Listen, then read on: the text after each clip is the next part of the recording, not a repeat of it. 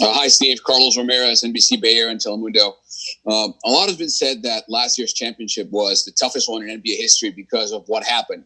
Stopping the season, then starting again in a bubble, no fans, all that. Could the same be said about this regular season with COVID, no fans, games getting postponed one day to another, roster limitations? Would you agree with that? Yeah, it's a really difficult season for everybody. No denying that. It's not nearly as much fun playing games without fans. We miss the energy that our home crowd gives us. We miss the energy that the road crowd gives their team. There's nothing better than going into a road game and performing and beating a team in front of their own fans. All those things provide, sort of a momentum and points of sort of demarcation in terms of, growing as a team. And when you lack all of that, you miss out on the energy, the fun, the growth. And then more than anything, obviously, it's just dealing with the pandemic and the testing and, now testing twice a day. I think we all feel very fortunate to be playing and working. But there's no doubt this is it's difficult for everybody on the planet. Is there anything fun about this specific season beyond not wearing suits? Still fun playing basketball, Carlos, and that's what we try to remind the guys, that this should be our refuge. Where everyone's pretty much stuck at home all day or stuck in the hotel. The one refuge we have is the basketball court. We get to go play the game that we've all loved for our entire lives, and that's a blessing. Steve, Chris Alvarez from ABC7. What is the importance of playing on MLK Day, and what do you like about what the NBA has done with a lot of games on MLK Day? Well, I love that the NBA has sort of adopted MLK Day as a day to showcase our players and to showcase our players and our league's commitment to social justice and Black History Month, which follows, obviously. So it's really become a sort of a landmark day in the NBA season. It's, multiple teams are playing on national TV. I love that there are day games involved. There's something special about playing a day game on a holiday. And as I said, it sort of combines the NBA's show business, the attraction that these players have, the entertainment they provide, and also their awareness and their commitment to social justice. I think it's a great day for the league. Hi, Steve. This is Maria Vidal for Top Deportes in Latin America. This is such a unique season, and given how young some of the players are and the high expectations that, for example, here in Latin America, we have on guys like Steph and Draymond, what would you say is the biggest challenge of managing this team? Thank you.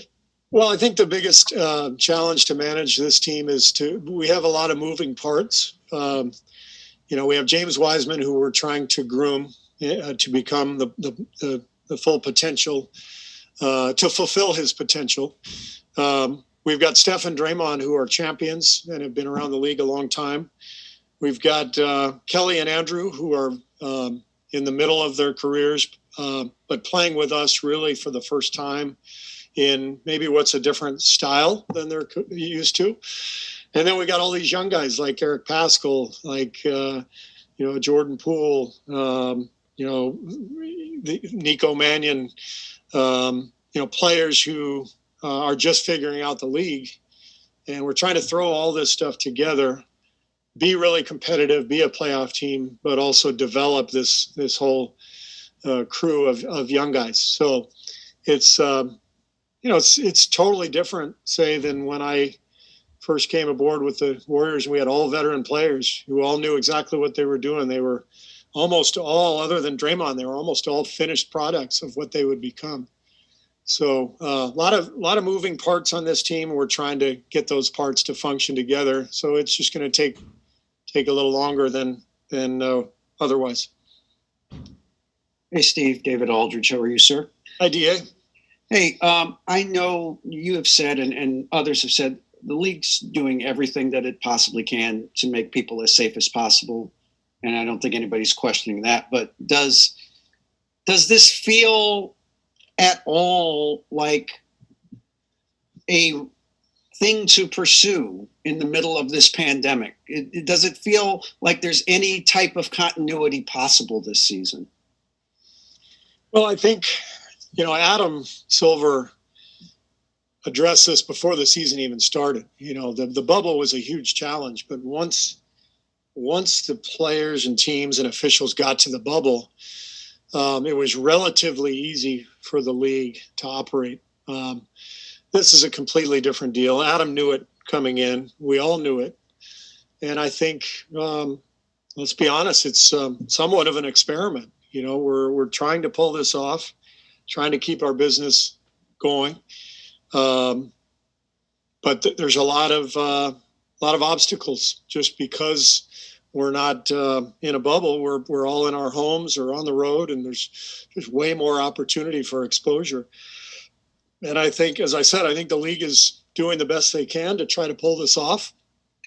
And we're learning as we go. Games are being postponed or canceled. Players are having to sit. Teams have had to play games with only 8 healthy players. I think we're all just committed to the fact that this is going to be a really difficult season. And we're all committed to trusting Adam and the league management and our respective organizations to do the right thing. And so we're all trying to just be good soldiers and follow the rules. Anybody else? Just quickly on the Lakers matchup specifically, what have you seen about it? It's like a newer version of their title team.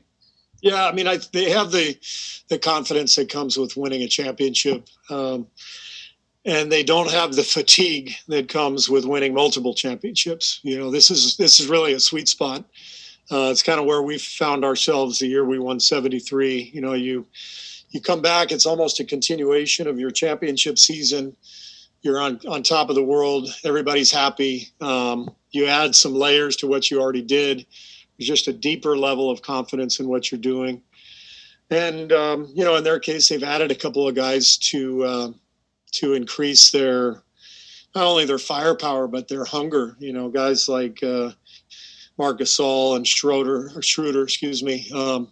It's always nice to add a couple of pieces like that because they weren't part of the championship team, but you still have the foundation of the team, which is obviously, LeBron and AD. So they look every bit like a championship team that's defending their crown and feeling really good about it.